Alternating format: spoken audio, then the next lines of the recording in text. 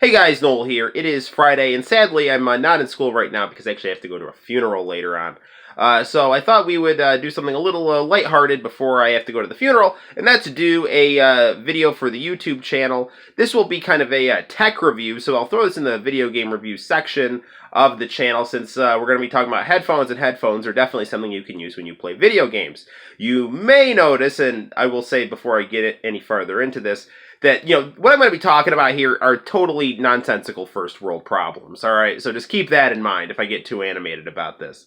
But we do live in a culture where we are bombarded with consumer goods, and consumer goods are excessively valued and fetishized. So, but nevertheless, let's get back to what I'm talking about here. I'm wearing some nice Skullcandy headphones right here. Well, you might ask, Noel, why are you wearing Skullcandy headphones and not Beats headphones?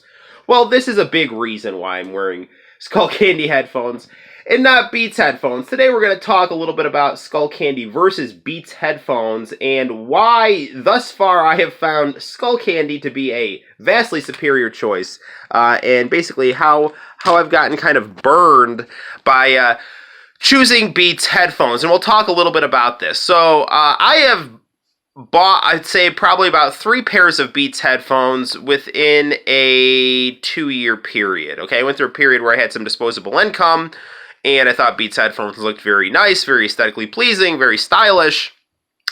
They do produce some very nice sound.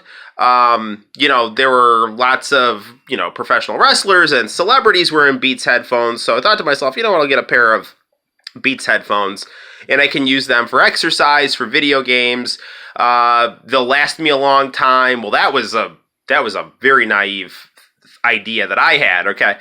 So, let me tell you my big problem with Beats headphones. So, I own 3 pairs of Beats headphones, and out of the 3 pairs that I own, really only 1 pair is working, and we'll talk about that. Let's take a look at the 1 pair that's working. These are a pair of Studio Beats headphones, okay? This was the more expensive model a few years ago, and you'll notice that under the headband, the Beats headband, there's a little cushion right here for your head to rest on. Now, this cushion is glued on, okay? Now, let me tell you this. Even though I've only owned these for a few years, they're already showing some pretty significant signs of wear on the earmuffs, which is a problem, okay? But it's not as big a problem as this, okay? This is a baby mobile right now, okay? These are designer headphones that are now functioning as a baby mobile. Well, what the heck happened to these? Well, as you may notice, I don't have hair on my head, okay? Or like this part of my head. I have stubble, obviously, right? But so this top part of my head is, where headphones rest, okay? So when I would wear headphones to go for a run or to go play basketball or something like that, the sweat from my head actually dissolved the glue underneath the headband here. And this happened with 2 pairs. When it first happened, I thought, well, maybe this is just a fluke. I mean, again, that's probably naive on my part. 'Cause I'm like, well, I paid over $100 for these headphones. The glue quality and the build quality of these can't possibly be that bad. And I'm a college-educated person, okay, that's highly cynical about power structures and things like that.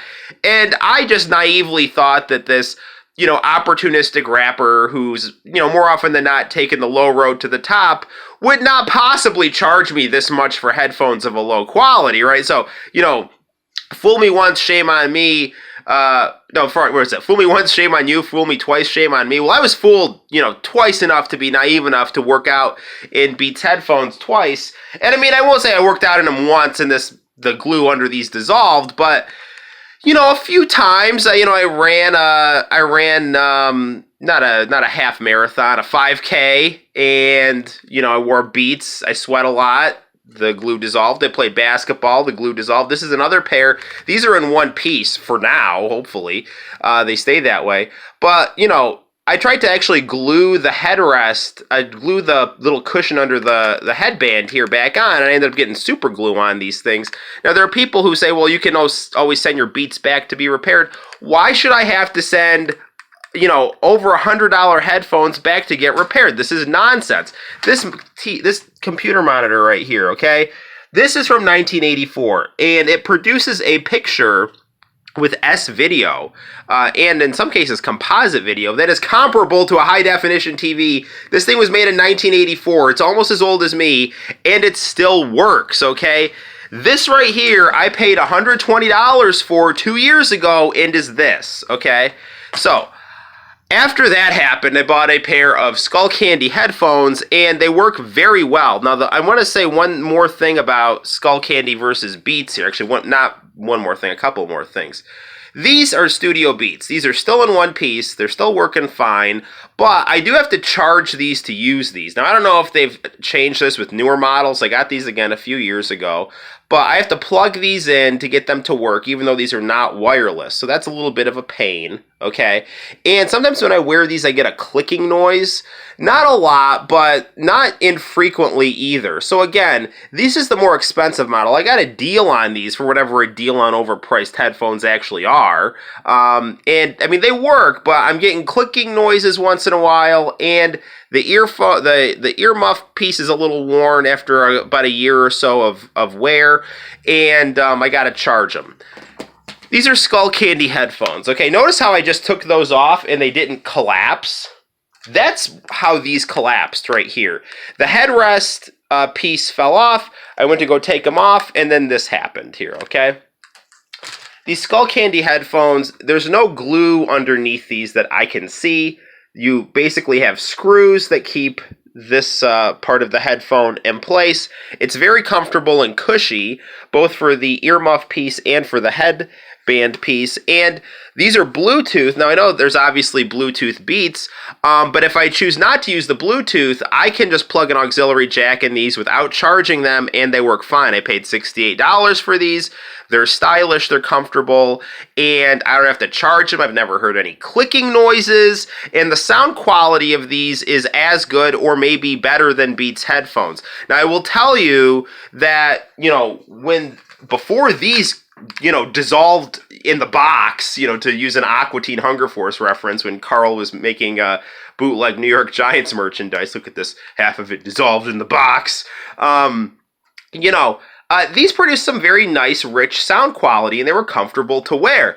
Well, these also produce rich, nice sound quality and are comfortable to wear. I get no clicking noises, and these are showing absolutely no signs of falling apart.